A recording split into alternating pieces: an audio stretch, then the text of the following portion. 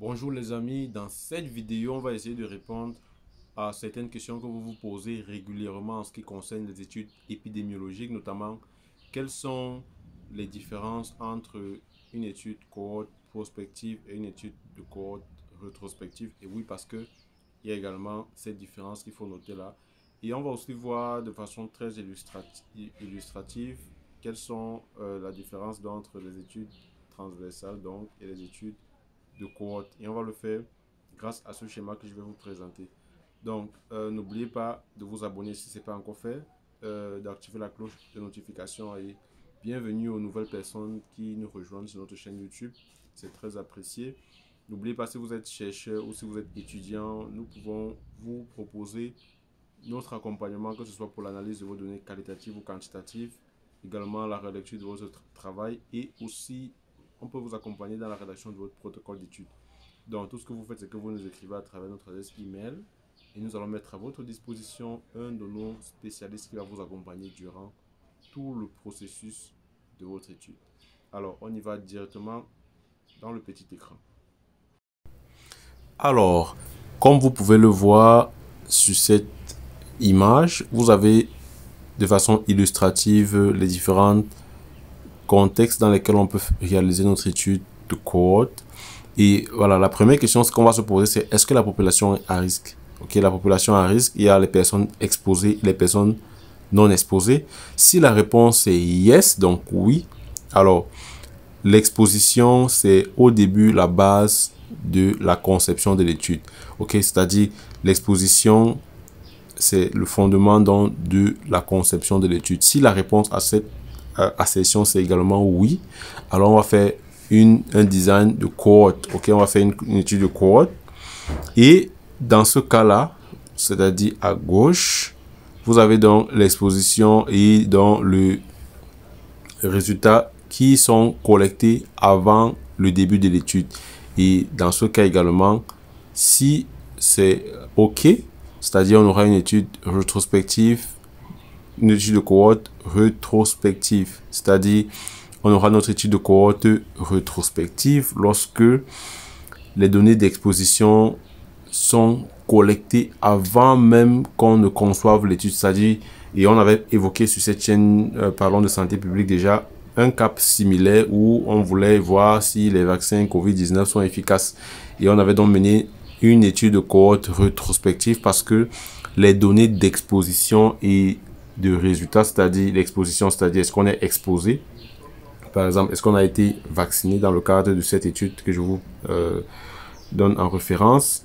Et donc, le résultat, c'est quoi? C'est-à-dire, est-ce qu'on tombe malade? Ok, donc, c'est-à-dire, l'exposition et le résultat sont collectés avant même que notre design soit réalisé. Donc, si c'est le cas, c'est-à-dire notre étude sera de cohorte, mais rétrospective, parce que la collecte de données a été faite antérieurement au design de l'étude. Voilà. Donc, dans l'autre cas, donc, si cela n'est pas fait, mais que les données sont collectées par nous-mêmes, c'est-à-dire par notre étude qu'on veut mener, nous on collecte les données liées à l'exposition, ok, et au résultat, alors on aura une étude de cohorte prospective et tel que vous pouvez le voir sur l'image. Donc, vous pouvez voir, vous aurez une étude de cohorte prospective parce que les données sont collectées postérieurement donc au design de l'étude qui est réalisée. Donc on aura, comme vous le savez bien, nos deux groupes, le groupe des exposés, le groupe des non exposés. On va évaluer l'occurrence de la maladie dans les différents groupes et on pourra donc calculer le risque relatif et tous les autres mesures d'association donc que vous connaissez. Alors, dans cette deuxième image-ci, vous avez l'illustration de la différence entre l'étude de cohorte et donc les autres études observationnelles. Vous avez la première question de départ que vous devez vous poser déjà, c'est voilà, vous avez une étude, un concept, voilà, vous voulez mettre en place une étude épidémiologique, c'est-à-dire basée sur la collecte des échantillons, ok. Et donc, est-ce que le statut d'exposition, ok, est connu. Okay. Si le statut d'exposition est connu, c'est-à-dire vous savez ceux qui sont exposés, mais vous ne savez pas quels sont le résultat qui va provenir de ces expositions-là. C'est-à-dire vous ne savez pas si les gens vont devenir malades après avoir été exposés. Si c'est le cas, donc on est dans Yes, alors vous allez mener une étude de cohorte, ok, et vous aurez donc, comme on l'a vu, les études de cohorte qui peuvent être prospectives ou rétrospectives.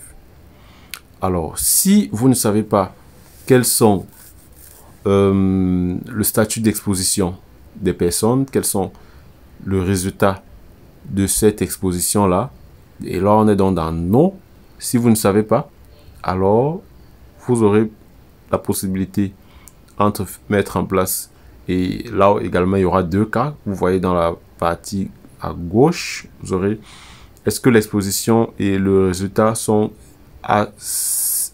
évalués de manière simultanée, okay? C'est-à-dire si vous recherchez en même temps l'exposition et les résultats de la maladie de manière simultanée. Si c'est oui, si c'est yes, alors vous allez mettre en place une étude transversale, c'est-à-dire cross-sectional design, ok? Lorsque vous recherchez en même temps le statut d'exposition et le résultat de la maladie. Lorsqu'on dit résultat, c'est-à-dire, bon, je sais que la personne je recherche à savoir si la personne a été exposée. Je vais donc voir aussi si la personne est tombée malade. Et là, donc, on a une étude transversale. Alors, si vous avez les cas comme base de votre échantillonnage, si c'est oui, vous allez mettre en place ce qu'on appelle les études de cas témoins. Ok, c'est-à-dire les cas sont la base donc, de votre échantillonnage, c'est-à-dire vous allez utiliser des cas et des contrôles, ok, et c'est-à-dire là vous allez aller rechercher l'exposition dans le passé pour voir si les personnes ont été exposées, et là vous allez mettre en place une étude, ce qu'on appelle l'étude cas témoin, case control design, ok. Voilà. Donc, vous pouvez faire la différence entre les études de cohorte, les études cas témoins, ainsi que les études. Voilà les amis, on en a fini. J'espère que cette vidéo vous aura intéressé. J'espère que vous aurez appris quelque chose en plus sur la différence entre les différentes études épidémiologiques. Ok, donc n'hésitez pas à écrire en commentaire si vous avez des questions. Et voilà, nous allons essayer de vous répondre. Donc n'oubliez pas également, vous pouvez nous écrire à travers notre adresse email qui est dans la description de cette vidéo si vous souhaitez vous faire accompagner pour la rédaction de votre protocole d'études, si vous souhaitez que nous vous accompagnions pour l'analyse qualitative ou quantitative de vos données, et également si vous souhaitez que nous puissions relire votre travail, mémoire, thèse, ok, vous pouvez simplement nous écrire à travers notre adresse email et nous allons nous faire le plaisir donc de vous accompagner en mettant à votre disposition un de nos spécialistes qui est compétent en la matière. N'oubliez pas les amis, sentez-vous bien.